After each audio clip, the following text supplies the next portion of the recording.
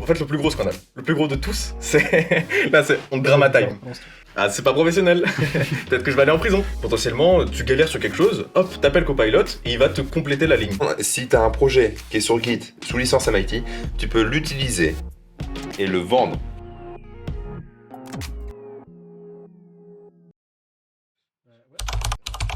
J'ai oublié. Le code. Copilot. Ouais. Oh la dinguerie. Mais du coup, qu'est-ce que c'est Copilot? Globalement, déjà, ça part de OpenAI. C'est une structure dans laquelle il y a beaucoup de chercheurs, parmi les plus réputés, notamment dans le domaine du traitement du langage et de l'apprentissage par renforcement. C'est un peu leurs deux gros domaines. Et du coup, je sais plus c'est en quelle année, mais globalement ils ont sorti 3 gros modèles, chacun à la suite. Le premier qui s'appelait GPT, puis GPT-2 et GPT-3. Et on appelle ça des language models, c'est-à-dire qu'on leur donne une séquence et ils essayent de prédire la suite.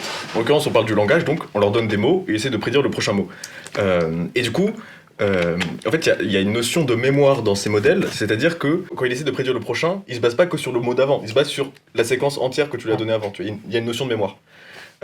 Et du coup, voilà, si tu lui donnes un truc qui ressemble, je sais pas, par exemple à du Shakespeare, et bah, il va te continuer comme si c'était du Shakespeare, tu vois. En fait, il va, le but du modèle, c'est essayer de prédire quel est le mot le plus probable pour continuer cette séquence. Et s'il repère que c'est du style de Shakespeare, ben, probablement le prochain mot, ce serait tel que Shakespeare l'a écrit. Et vu que dans son set d'entraînement, il y a du Shakespeare, il est capable de savoir qu'est-ce que Shakespeare aurait mis ici, tu vois. Globalement, c'est ça l'idée. En fait, le truc qui enflamme le plus la communauté, c'est est-ce qu'il ressort les infos par cœur ou est-ce qu'il y a vraiment un truc où il y a une vraie compréhension du langage et il est capable de enfin, tu vois, vraiment avoir une compréhension qui fait il crée vraiment quelque chose qui a du sens, comme s'il y avait une intention un peu, tu vois. Ça, c'est quand même une révolution pour tout ce qui est rapport de stage, quand même. Non, mais faut se le dire. Là. Tu donnes le plan de ton rapport de stage, tu donnes la phrase de ton intro, et puis c'est quoi, vas-y. Voilà, on peut essayer. Mais du coup, tu lui donnes une séquence et il essaie de trouver le mot le plus probable. Et vraiment, il y a une notion de probabilité, c'est-à-dire que il essaie pas de trouver le mot qui correspond le mieux. C'est-à-dire que tout va dépendre de sur quoi il a été entraîné. Et du coup, en fonction de sur quoi il a été entraîné, Ouais. il va essayer de trouver quel est le mot le plus probable pour poursuivre. Ok, et du coup, Copilot, c'est quoi? En fait, Microsoft a en partie racheté les droits d'exploitation de pas mal de produits d'OpenAI pour seulement 1 milliard d'euros. pour seulement 1 milliard. Ça, c'est Accessible. cohérent. Ça montre à quel point le truc est prometteur. Et du coup, voilà, en fait, GPT-3, nous, on n'y a pas accès. On y a accès seulement à travers une API par laquelle on peut payer. Enfin, c'est un peu en bêta, tout le monde n'y a pas accès. Enfin, toi, t'as un accès. J'ai accès. Lui, il a accès. Moi, j'ai pas accès. Moi, j'ai fait une demande, j'ai pas eu.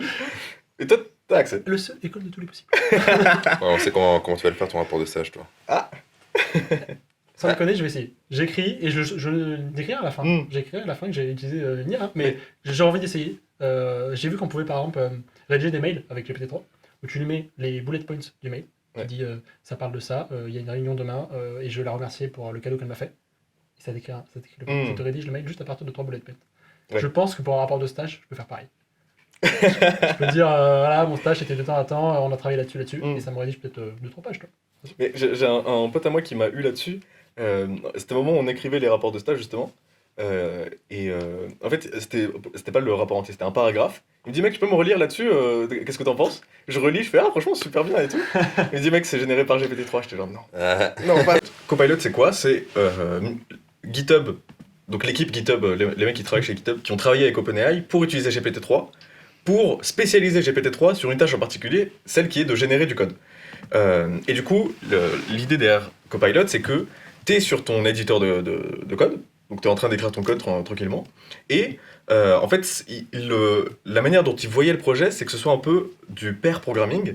Le pair programming, c'est l'idée que quand tu es au travail, toi tu codes et il y a un de tes collègues qui est à côté de toi, qui ne code pas, mais qui te regarde coder et qui te dit fais gaffe, là t'as fait une erreur. Et du coup, ça permet d'éviter les erreurs pendant que tu codes, de mieux réfléchir, voilà.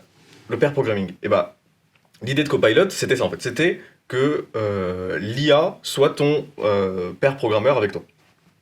Et que du coup, quand tu fais tes fonctions, et bah, potentiellement, tu galères sur quelque chose, hop, t'appelles Copilot et il va te compléter la ligne. Ou compléter la fonction, ou compléter ce que tu veux en fait. Enfin, le compléter Des dizaines de lignes, là, on parle. Éventuellement, il y a des gens, ils ont complété des centaines de lignes aussi, quoi. En fait, j'ai l'impression que comme ça marche, enfin, j'ai pas pu le tester, j'ai demandé l'accès bêta, je l'ai toujours pas. Moi, je donne accès à rien, moi. Vraiment, moi, j'ai accès à rien.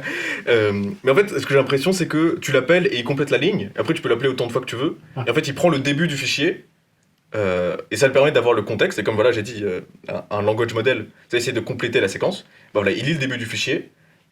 Potentiellement, dans ce début de fichier, tu as mis un commentaire qui explique ce que tu vas faire. Et à partir de ça, il en déduit le reste du code. Et du coup, la limite de ça derrière, ça va être quoi? Ça va être. Tout à l'heure, tu parlais vis-à-vis des étudiants. Enfin, Typiquement, tu donnes un exercice de code à des étudiants, et tu vois, typiquement, souvent l'exercice de code, souvent quand c'est de l'algorithmique, ça va être voici un problème donné.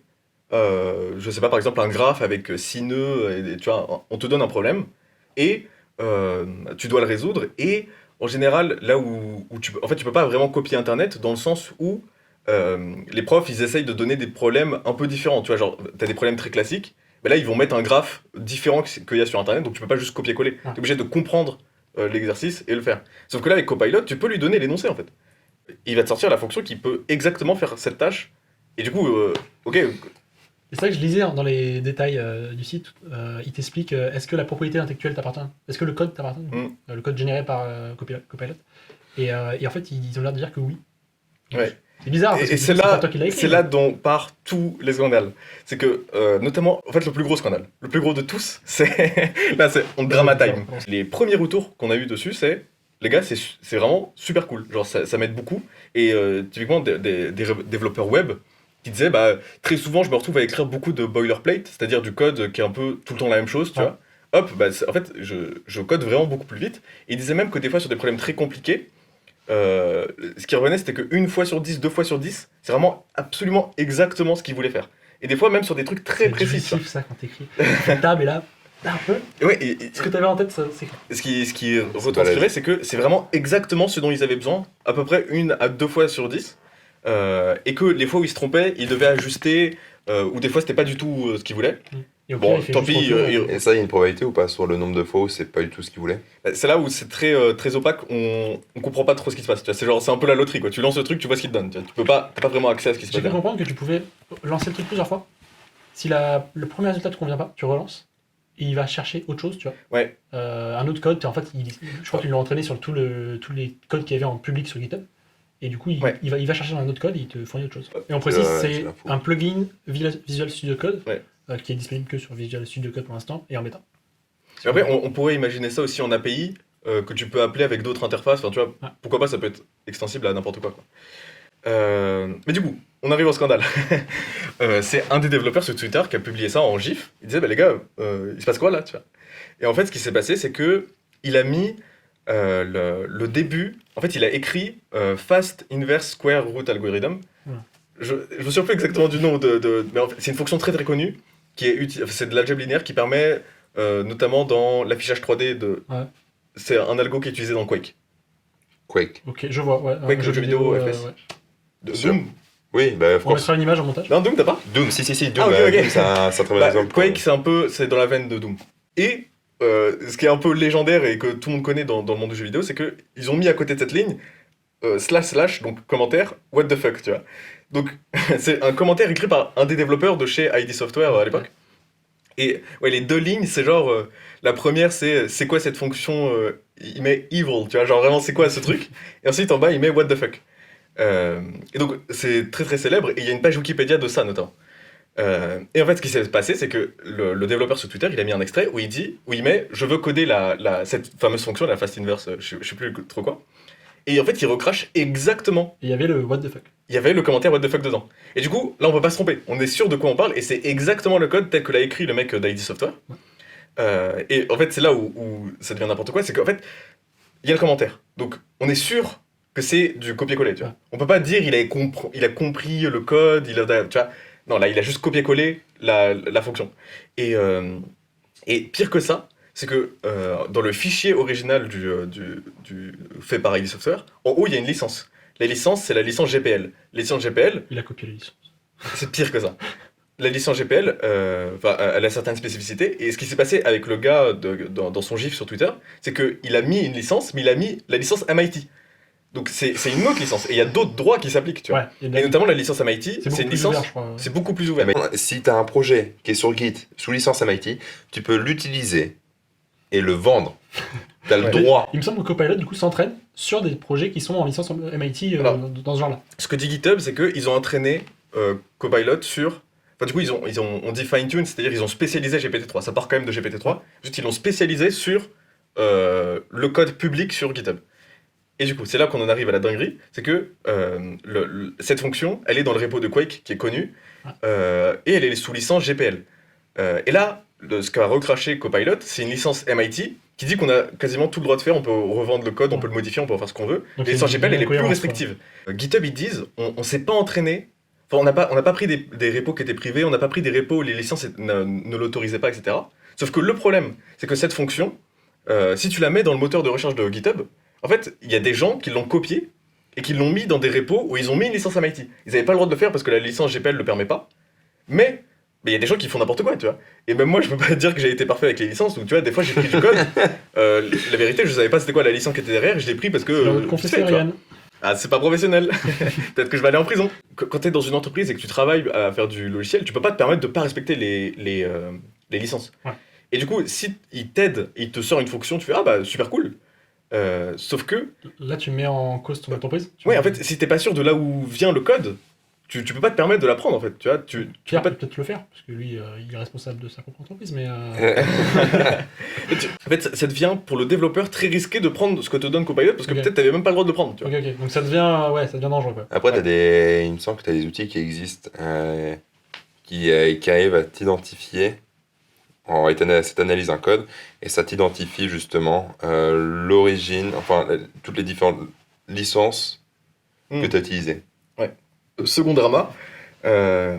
Donc le second drama, c'est que parfois Copilot a généré du code qui est connu pour être soit mauvais, soit une mauvaise pratique, tu vois. Et typiquement, même en fait, c'est là où c'est très ironique, c'est que notamment il y a des gens qui ont repéré que dans la page d'accueil de Copilot, le code donné en exemple contient une faille de sécurité. La faille en l'occurrence, c'est une request post assez classique, sauf que au lieu d'envoyer les données dans le body, au lieu d'envoyer dans un format comme JSON ou un format encodé, en fait, il l'envoie directement en texte. Et ça, je suis pas du tout expert en web, mais apparemment, c'est connu pour être une faille de sécurité et ça permet de faire des injections de commandes SQL, enfin des trucs comme ça. Et du coup, c'est une très mauvaise pratique qu'il faut tout le temps éviter, tu vois. Et typiquement, ce dont les gens ont peur, c'est surtout tu vois, les débutants qui débutent dans le code. Quand tu débutes dans le code, c'est dur de se dire que l'IA se trompe, tu vois. Enfin, tu te dis, elle a été entraînée sur beaucoup de code. Moi, je suis débutant. J'ai pas de raison de penser que le truc se trompe, tu vois. Alors après, ok. Donc après, c'est comment est-ce qu'on utilise cet outil-là? Est-ce que c'est vraiment un outil fait? Donc l'objectif, toi, ce que tu utilises, c'est entre autres fait pour aider des débutants. Franchement, je pense l'inverse. Je pense surtout les experts qui sont en mode je sais coder, je veux aller vite, je suis capable de voir si Copilot se trompe ou pas.